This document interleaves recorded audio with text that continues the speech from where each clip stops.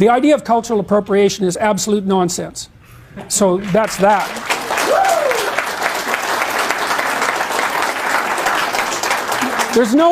There's no difference between cultural appropriation and learning from one another. They're the same thing. Now that doesn't mean that doesn't mean that there's no theft between people. There is. You know, and it doesn't mean that just because you encounter someone else's ideas, you have an immediate right to those ideas as if they were your own. But the idea that manifesting in your own behavior some element of another culture, the idea that that's somehow immoral is insane. It's actually one of the bases of peace. You know, one of the things that the various groups of human beings that exist have to offer each other is the tremendous value of their culture. You know, it's been really interesting to me, for example, to watch the response of everyone, but for this argument, for young Caucasian males to hip-hop.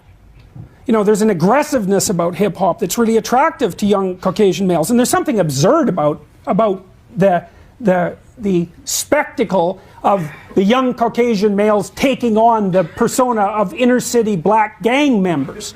You know, but I'm sympathetic to it because there's an aggressiveness to that art form that's a necessary corrective to the insistence that the highest moral virtue for a modern man is harmlessness, which is absurd.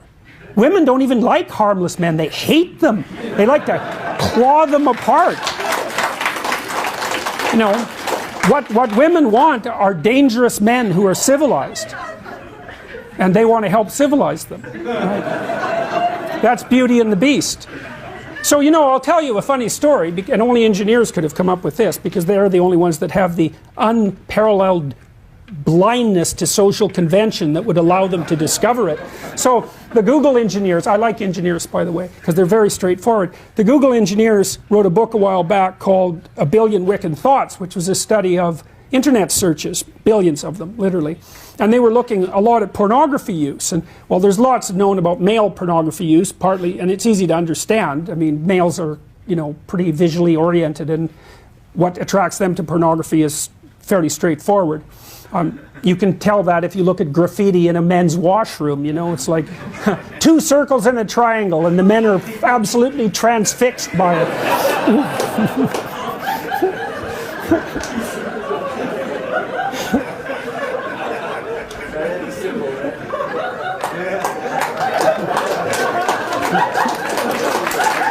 So, for women, the story is more complex. They use pornography too, but it tends to be literary, because women tend to like words more than they like visual stimuli. And so the Google guys tried to track down the archetypal structure of, well, they didn't use those words, of female pornography use. And so, some of you know, how many of you know what a Harlequin romance is? Okay, good. So those are archetypal stories, right? That's the taming of the wild man, essentially, by the desirable and virginal woman. And if you think women don't want that, then you better bloody well come up with an explanation for 50 Shades of Grey, right? Which is the most rapid-selling novel in human history, and emerged at exactly the same time that all of this noise about the absence of gender roles is being produced, you know, en masse. It's like perfect female fantasy. It's exactly archetypally correct. It's Beauty and the Beast. So what the Google guys showed was the structure of Beauty and the Beast, although they didn't use that as a referent, that the female pornographic fantasy was wild guy, you know, somewhat careless about the wants and desires of others, attractive to everyone, therefore high status, tamed by the magic of a single woman and brought into a relationship with her.